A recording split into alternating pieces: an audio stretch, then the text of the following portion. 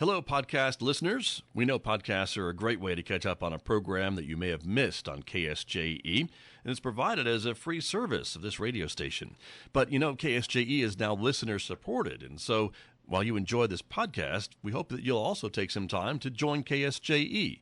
Become a member today. It's quite easy to do. Just go to our website at ksje.com/support and pick the level of support that best matches your budget. Thanks again for listening. Here's your podcast.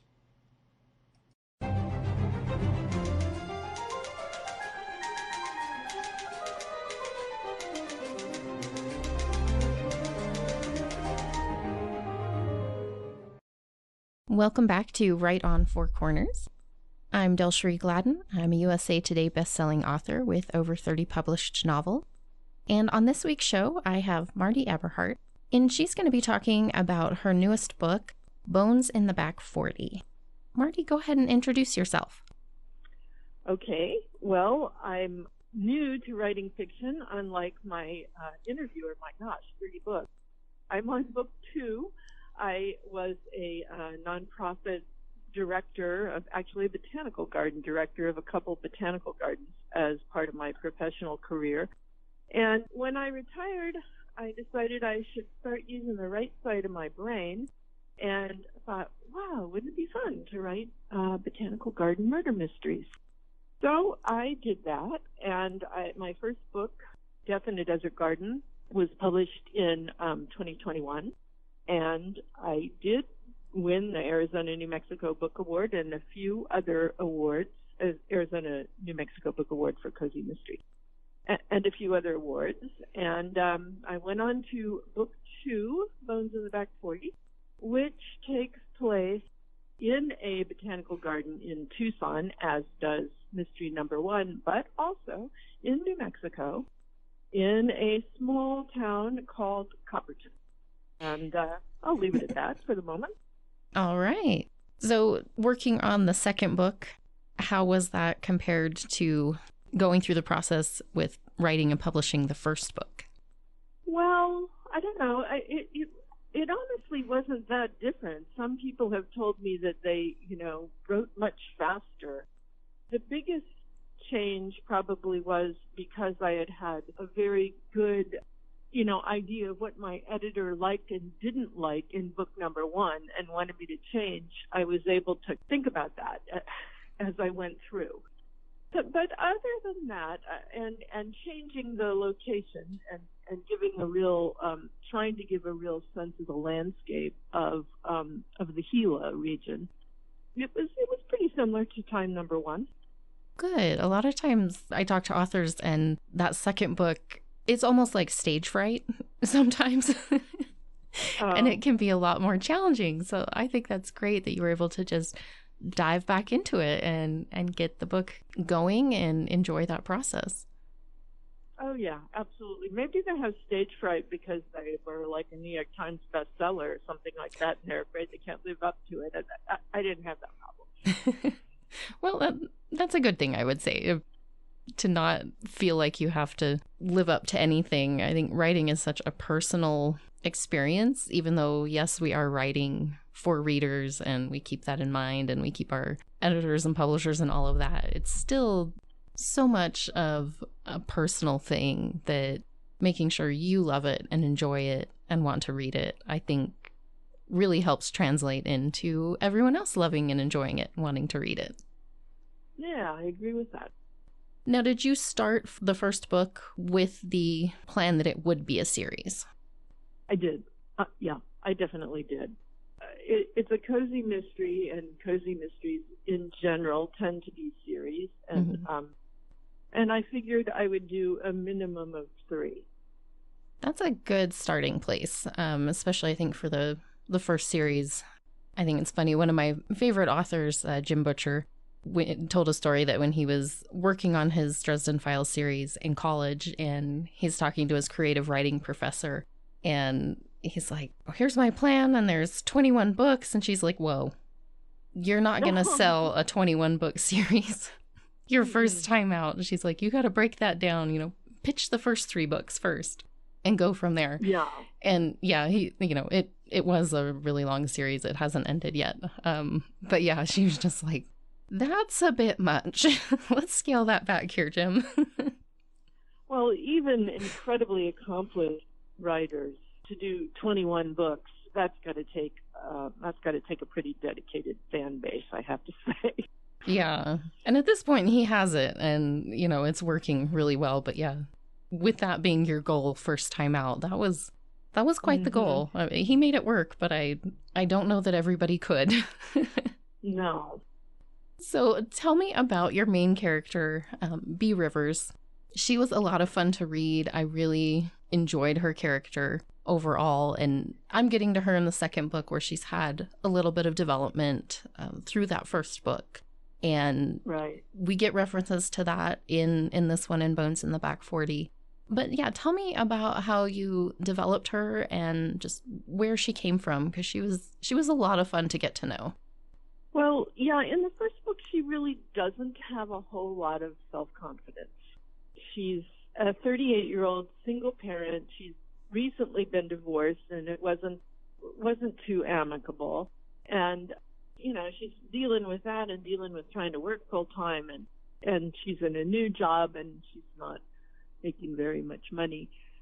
And there are a lot of stresses, and she isn't really too sure of herself. But in book one, she ends up being very helpful to the police detective, who turns out to have been an old friend of hers. And so in book two, which is Bones in the Back 40, she really starts to come into her own. And she has to step up because, and I won't say why, but she suddenly has to step into the director role at the Gardens, and she was education director / volunteer manager. So that's a big change, and she rises to the occasion, and she also kind of asserts herself with her boyfriend too, because it's a little tough because he's not really totally dedicated to staying in Tucson. So yeah, I'm trying to show, the evolution of a young woman who is presented with a lot of challenges, and they make her, they don't break her. And that is something with Bea's character that I really liked, was seeing her strength, even from the beginning of book 2 to the end. And things feel a little frazzled at the beginning for her in her personal life, which I can relate to. Mm-hmm. And sure. She really just, as each issue comes up that she's asked to deal with, you see her really kind of have to dig deeper and find ways to manage everything that's going on. And it's a lot for one person to try to manage everything that she has going on in her life just on a day-to-day basis. And then a murder investigation is thrown into the middle of everything else, which only makes it even tougher. But yeah, I really enjoyed watching her grow and change over just even the course of this second book. And she's one that I would enjoy following and seeing where else she goes and how she develops in your next book as well. Oh, well, that's wonderful to hear. I would like to say that I do think the issue of single parenting is you don't see a lot of it in fiction, and certainly not in mysteries. And I think that single parents are an underwritten group of people, because there are a lot of them out there, and people who have read the first book have said to me, oh boy, I could sure relate to that because I was a single parent. So many people have said that to me. And, I think one reason we don't read a lot about single parenting is because single parents don't have time to write. Yeah. That they have to be like my age before they're like, oh, okay, I think I have time to write about that. So anyway, I feel like that, and parenting and working in general, everybody who does both of those things can relate to how tough that is.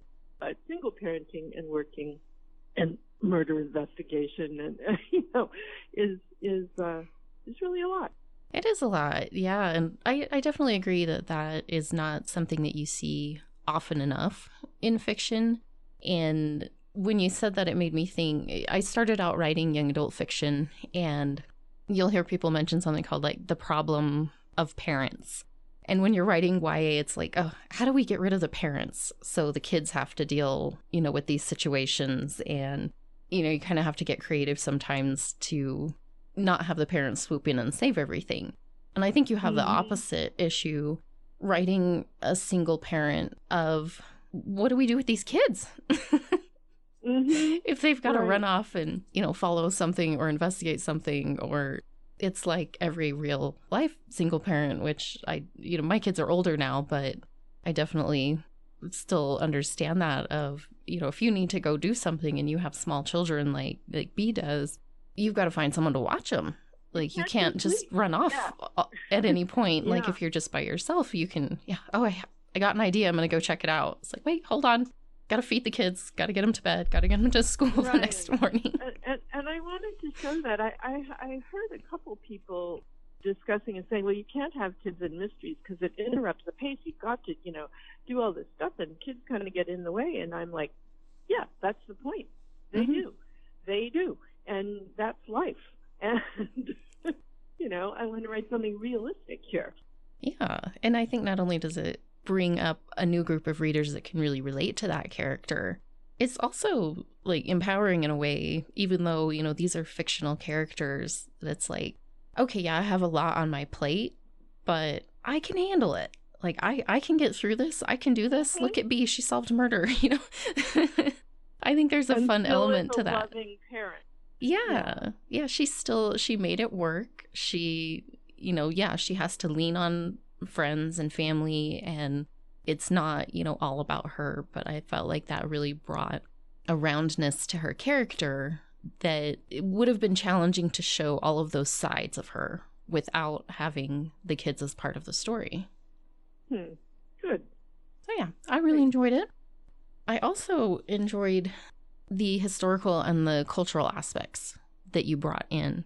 I've lived pretty much all of my life in the Southwest, New Mexico, Colorado, Arizona areas.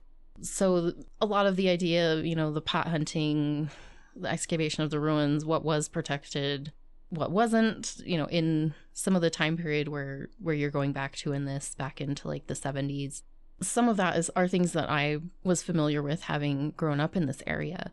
But I would guess that a lot of people reading this who aren't from the Southwest may not know a lot of the intricacies of how this has developed over time when it comes to ancestral ruins and artifacts and working with Native American tribes to reclaim some of those. And you delve into a lot of that. I wanted to ask you about your process of researching those aspects and then how you went about dealing with it in a culturally sensitive way. Okay. Well, first of all, I'm an archaeological site steward for the Gila National Forest. So what we do is we're assigned a couple of Mimbres sites, and we report on them at least quarterly, which means checking and seeing if anybody's been looting. So this is kind of close to my heart in this area, in the area of Mimbres culture. But the laws are complicated and have changed very much through time, and I wanted to make sure I got that right. So I did talk to a Forest Service representative whose specialty is those laws, and she clarified everything for me. And then I had an archaeologist friend read it and make sure I didn't make any serious errors. Although if there are errors, they're mine. So, I did those things. In terms of being culturally sensitive, I wanted to make sure that everybody understood that there are, even though the Mimbres are, long gone, there are current tribes who believe that they are their ancestors and they need to be brought into any kind of restoration. So I did have that happen, restoration of stolen goods, that is. So I guess the other thing I'd like to say about that is it's an issue that I want people to understand that it's just really not okay to pick up stuff and take it home, even if you see it. And there are still people who do that, who figure that that's okay, but it's not okay to bulldoze. They get that, but it's not okay even to pick stuff that you find on the ground and bring it home. So I wanted to kind of make that clear to folks in a gentle and entertaining way. And I think you did a really good job of that. And I appreciated as well that you did try to show both sides, especially in the historical aspect, when you were talking about the earlier decades and the people who were involved in some of the potsherd hunting and just what a different culture it was at that time. And not that that made it good or okay, but you tried, I thought, to be very sensitive to the fact that there wasn't the same level of understanding and sense of stewardship at that time period, and the laws were quite different. You gave an interesting perspective of both sides of the situation, and I really felt like that brought forward, okay, and this is where we are today, and this is our understanding, and this is where we hold the level of responsibility. Right. And we need to do better. If that makes sense. Yeah. And if we didn't get it in 1969 when a lot of this happened, there's no excuse for not getting it now. People can change. And, the people who didn't change about that, there are some of those in the book. That's all we'll say about that. Yes. And, unfortunately, there are always people out there who feel that their needs and ambitions and what have you are more important than anything else. And that's an unfortunate thing that, other people who are trying to be respectful have to battle against. And I'm sure working as a site steward, you said you guys go through and check on that. Is that something that you do come up against very often still? No. Oh, good. I haven't at all. And we haven't, as a chapter in the Gila, since I've been doing this, and I've been doing it for about 10 years, but we haven't. In northern New Mexico, there have been problems. And there were problems a little more than 10 years ago. So it's not in our area. So we're not out of the woods. But it has been really encouraging. Well, that's not entirely true. One of the most popular sites in the Silver City area, the Dragonfly site, somebody etched Joe and Liz on a rock by the petroglyph. So that kind of stuff happens. Actually going in and bulldozing and digging up stuff in private sites, in public lands, which used to happen pretty frequently, we haven't been happening. Oh, that's good. That is encouraging that the wider population is understanding a little bit better the respectful nature that should be common at this point. Mm-hmm. And there's a really nice public education program for kids that Archaeological Society supports, and that that's really helpful too. The kids get it, so they can tell their parents, "Oh, we're not supposed to pick up all those potsherds we find, Mom and Dad." So I'm actually quite impressed with the kids' education programs. That's awesome. That is often what it takes is, starting at that younger age to start opening up perspectives and teaching that generation to lead the older generations. Mm-hmm. That's what happened with recycling. True. Yeah. I think that's really been a big factor in a few big movements toward improvement of cultural and societal areas over the last couple of decades. And hopefully it keeps continuing. Yeah.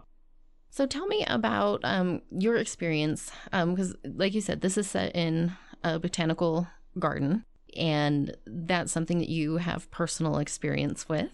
So tell me a little bit about that and how you were able to bring your passion for the natural world into this series.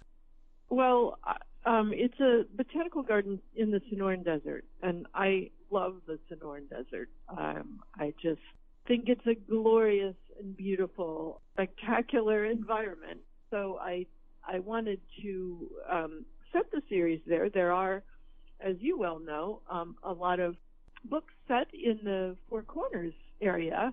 There's not that much set in the Sonoran Desert. And I wanted to give people a really good sense in this series, particularly of the seasons. So the first one is in the monsoon season. Well, the monsoons haven't quite happened. They don't happen until the end of the book. So they're building, and people are going crazy because it's so hot, but it's not raining yet. And so their frustration level mounts as the mystery's not quite yet solved, and then the mystery gets solved and it rains. So there's a release factor. And the second one takes place in winter, which is, of course, the tourist season. It takes place in January, February, right now. And it's high season for tourists because the weather's really quite nice, usually. And, everything changes because there's so many people around. And then little wildflowers are starting to come. And then, it moves into the glories of spring. And, I'll have one set in the glories of spring. So, I just wanted to communicate all of that feeling for the Sonoran Desert and for its extraordinary plants. I mean, just saguaros are just so much fun. So, yeah, that was there were several things I was trying to communicate. One of them was the difficulty of single parenthood, and another one was just what a wonderful place the Sonoran Desert is. I think that's really neat. This is such a unique part of the country that even, being here in Farmington, we're a high desert, and I have friends and writer people that, I talk with online and whatever. And the past little bit, we've been getting snow and it's been freezing. And it's funny how many people I'll mention weather too here. And they're like, what? I thought you lived in the desert. Yeah. Yeah, the high desert. It still gets real cold here. And it's just, we're talking like a difference of several thousand feet. Yeah. And it can change so drastically just, in this area. And I think that is a neat aspect of writing in the Southwest is the unique landscape, the weather, the cultures. And it's really fun to share that. And I'm not super familiar with the Sonoran Desert, but I did really enjoy learning more about it and seeing some of those differences from, high desert to where they're at. And I thought it was interesting you mentioned, classes for the snowbirds on how to garden and landscape in basically a completely foreign world to most people who move there. Completely, yes. It's a lot of fun, I think, to be able to share something that you experience every day and is your normal. And for other people, it's just a little bit mind-boggling when they first get to the Southwest. In a lot of cases, I've had multiple friends tell me that, or they're just like, "This place is so weird," yeah, in a good way. But I actually had a couple of people who read the first book who live in the South, in the Southeast, say, I didn't get this desert thing that you had going on, Marty, but now I kind of get it. So I thought, oh, good. If people who don't know the desert at all can understand part of why some of us love it, that's good. Yeah. And maybe they can help preserve it, too. Yes. Yeah, and I wanted to ask you before we run out of time, just on more the mystery side of it and how you developed that without, giving anything away. But yeah, what was your approach to developing the mystery for this book? Well, I always figure out who done it. That's kind of the first step that I have to work with. And then I try to develop an interesting cast of characters, some of whom are suspects.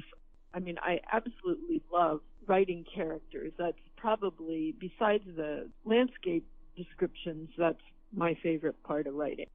And I try to make my plots, complicated enough that nobody's going to get it early on and, throw in several wrong turns and red herrings and, just try to make it, and I try to make the pacing such that, you're not getting bored, that something happens on a fairly regular basis. But, it is a cozy mystery. There is no gore.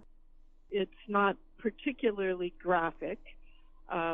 and most of the stress is psychological. And I think I better not say too much more about that because I might give too much away. Understandable. I think I'll just stop there. So tell me about the third book and where you're at with it and what you're planning for that one. Well, I'm just starting it, but I actually, as I told you, I lived in San Diego for quite a while, so I wanted to have continuity, so it will start off in the Sonoran Desert in the spring to give people that, but most of it is going to occur in a coastal community in Southern California, where Bea will be at a botanical garden directors meeting. And I haven't got it all figured out yet, but I'm hoping to give people a sense of that environment as well. And I guess that's about all I have to say about it because I'm not very far along. Well, that's okay. That gives us something to look forward to, and I think that'll be neat to see Bea in a different environment and seeing her progress on a personal level too, and just getting a chance to watch her character grow and see what she does in this next one. So I'm excited for it. Well, good. I'm glad to hear that. Now, the book again is Bones in the Back 40, and it's the second book in the Bea Rivers Mystery series. And where can people find you, and where can they find the book? Well, my website is Marty Eberhardt, MartyEberhardt.com, MartyEberhardt.com. And you can find the book, at all your usual online sales places, and hopefully at your local bookstore. And if you can't, you should ask them to order it for you. But it's produced by a traditional press, Artemisia Publishing, out of Albuquerque, and it is with major distributors, so it shouldn't be hard for bookstores to get it. Awesome. And libraries as well. Sometimes people don't realize they can request that their libraries will order copies as well, and that can be a great way to get it out there and share it with your community too. Yeah, that's true. In fact, one of my relatives who lives in Sacramento asked the Sacramento Public Library to get 7 copies. Nice. Well, good. Well, yeah, so this is a really fun, cozy mystery. I really enjoyed it, and I hope readers go check it out and grab a copy and start getting to know Bea Rivers and her life in the Sonoran Desert. Well, thanks. I really appreciated the opportunity to talk with you about it. Ms. 30 books. And one of these days I might actually get another one published. It's been slow going lately, but that's okay.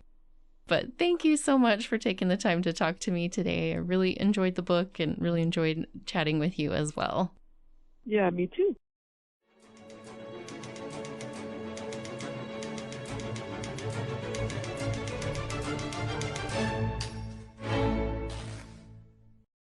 Did you enjoy that podcast? We hope that you did. And if you did, share it with your friends. And if you really want to keep podcasts like this coming, please support KSJE. You can do it easily online at ksje.com.